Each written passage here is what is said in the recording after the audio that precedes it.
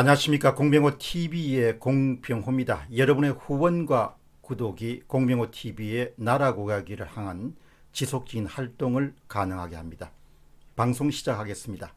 중앙선거관리위원회는 일관되게 개표소 내부에 기계장비와 전자장치가 외부와 연결되지 않았다고 그동안 주장해 왔습니다. 분류기는 투표용지를 단순히 분류하는 기계에 지나지 않는다. 이것이 중앙선거관리위원회의 공식적인 입장이었습니다. 2016년 4월 8일 20대 지방선거를 앞두고 중앙선거관리위원회가 펴낸 투표소 개표소에서 사용하는 주요 선거 물품을 소개합니다 라는 그런 이 선거정보라는 내용에 이런 내용이 나옵니다. 투표지 분류기 사용에 대해서 일부에서 의혹을 제기하고 있지만 2016년 4월 3일 헌법재판소는 재판관 전원일치 의견으로 공직선거 개표에 투표지 분류기 등 기계장치를 사용하는 것은 헌법에 어긋나지 않는다는 그런 합헌 결정을 내렸습니다. 여러분, 여기에서 투표지 분류기라는 것은 기계장치입니다. 헌법재판소가 내린 것은 기계장치를 사용할 수 있다고 이야기했지 외부와 연결되는 전자기기를 사용하고 있다고는 이야기하지 않았습니다. 투표지 분류기는 또 이렇게 중앙선거관리위원회는 주장합니다. 인터넷으로 연결되어 있지 않고 오프라인으로 운영되기 때문에 온라인을 통한 해킹의 염려가 없습니다. 이것이 2016년 4월 8일 날 20대 지방선거를 앞두고 중앙선거관리위원회가 홍보용으로 발표한 자료에 뚜렷이 나와 있습니다. 오프라인으로 운영된다. 뭐가?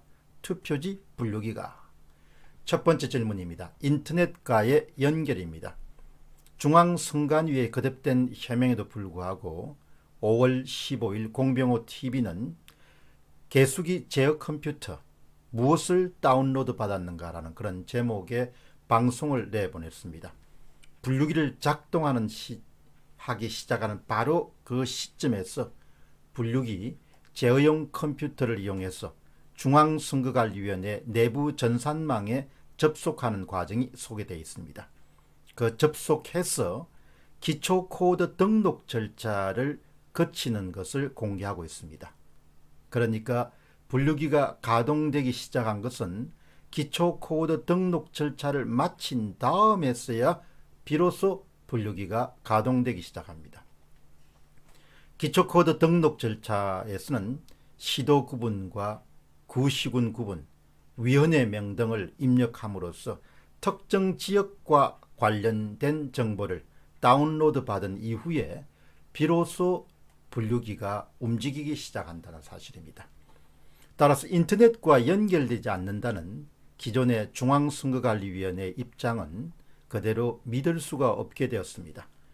그렇다면 이제 남은 것은 과연 분류기 제어용 컴퓨터가 어떤 정보를 중앙서버로부터 받는 것일까? 어떤 정보를 중앙서버로부터 받는 것일까? 분류기는 단순히 분리하는 기능을 수행하면 되는데 왜 중앙서버로부터 특정 지역과 관련된 숫자나 정보를 받아야 하는 것일까? 특정 지역과 관련된 숫자와 정보를 받아야 되는가? 이런 의문을 갖게 되는 것은 아주 자연스러운 그런 합리적 의심에 속하게 됩니다.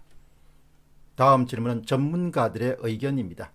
현재로선 중앙선관위의 공식적인 설명이나 검찰 수사가 진행되지 않는 한 정확히 사건의 실체적 진실에 접근할 수 있는 방법은 없습니다. 방송이 나간 이후에 IT 분야와 게임 분야의 전문가가 자신의 경험과 지식의 바탕을 두고 여러 가지 조언을 의견으로 남겼습니다. 이것은 사건의 진실을 이해하는 데 큰 도움을 줄 것으로 봅니다. 많은 전문가들이 참여했습니다. 그 중에 일부를 여러분들에게 소개해드리고 간단한 해설을 더하도록 하겠습니다. 첫 번째는 게임 업계에 종사하고 계신 분의 의견입니다. 기초 코드 다운로드를 받는 순간 확률 조작 보정값이 PC에 깔렸을 가능성이 높습니다. 저는 게임업계에 종사하는 사람입니다. 예전에 게임기도 확률 조작된 상태에서 영업을 하다가 단속이 들이닥치게 되면 전기 차단기가 자동 설치되어 있어서 리모컨으로 전기 차단기를 가동시키게 됩니다. 그렇게 되면 전기가 나가면서 PC가 재부팅되고 조작된 프로그램이 흔적도 없이 사라지게 해서 결국 단속을 피하게 됩니다. 결국은 미래통합당의 부여 정진석 의원도 개표 과정 중에 PC를 재부팅하지 않았다면 아마도 낙선되었을 확률이 높지 않았나 생각합니다. 게임장의 이런 확률 조작 방식은 10년 전에도 유행했습니다. 이것이 RHA1017 화룡님이 남기신 조언이었습니다. 또 한 분입니다. 화면 전체가 적색으로 변하는 장면을 목격할 수 있습니다. 그 적색 장면은 메인 컴퓨터에 원격으로 접속해 있는 클라이언트 컴퓨터 간 통신이 두절되었을 때 뜨는 화면입니다. K니님입니다. 여러분 이것은 무엇인가 하니까 제가 그 지난번 그런 방송에서 상세하게 그 부분을 찍어서 7절차에 걸쳐 가지고 7단계에 걸쳐 소개했는데 그것을 보면은 아마도 적색 화면이 띄는 그런 부분을 보시고, 적색 화면이 띈다는 것은 원격으로 서로 접속되어 있던 그런 클라이언트하고 또 중앙 서버의 관계자들이 단절될 때 발생하는 것이 바로 이 붉은색 화면이라고 합니다. 그러니까 중앙 서버와 연결을 확실히 보정하는 증거다, 이런 이야기가 바로 케니님의 의견이었습니다. 세 번째는 부여 사건은 노트북에 어떤 프로그램 가로 열고 소프트웨어나 앱이 존재해서 분류기를 조작한 것이라고 보여집니다. 예컨대 2번 당 지지표가 4표에서 5표가 될 때마다 한 표를 1번 당으로 분류하는 방식입니다. 문제가 되면 새로 분류하고 아니면 그냥 넘어가는 것입니다. 노트북을 운영하는 자는 어느 정도 알고 있었을 것입니다. 노트북을 압수하여 검사하면 알 수 있을 것입니다. 김한보님입니다. 이번에 노트북을 운영하는 자들은 주로 이 사무요원들, 개표 사무요원들이다. 과거에는 공개로 모집했지만 이번에는 특정 집단의 사람들을 대거 동원했다는 그런 주장들도 나오고 있습니다. 어떻든 이번에는 PC와 같은 부분을 움직이는 그런 분들을 공개적으로 채용하지 않았다는 그런 이야기는 선거 대책과 관련된 그런 시민단체 관계자들로부터 들었던 이야기입니다. 어쨌든 부여 사건은 노트북에 어떤 프로그램이 존재해서 분류기를 조작한 사건이라고 본다, 이런 의견을 제시했습니다.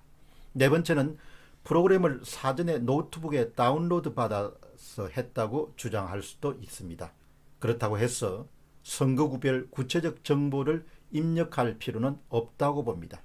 개표기는 기계적으로 표를 분리만 하면 되는 것이니까요. 심연피님의 의견입니다. 개표기가 표만 분류하면 되는데 왜 중앙 서버에 다운로드를 받느냐? 그리고 중앙 서버에 다운로드 받는 그 정보들이 지역값, 지역에 특화된, 지역에 특정한 그런 숫자와 정보를 받았을 가능성이 높기 때문에 의심을 하게 됩니다. 다섯 번째는 이번에 제어용 컴퓨터로 사용된 LG 그램 노트북은 유선 무선 랜과 블루투스를 통해서 외부 통신기기와 연결이 가능한 기기입니다. 모처로부터 정보와 프로그램을 다운로드 받는다는 것은 파일 트랜스퍼 기능을 통해서 서버로부터 정보를 받을 수 있다면 그 어떤 통신도 가능한 상태라는 것입니다. 조작 프로그램도 조작값도 가능합니다.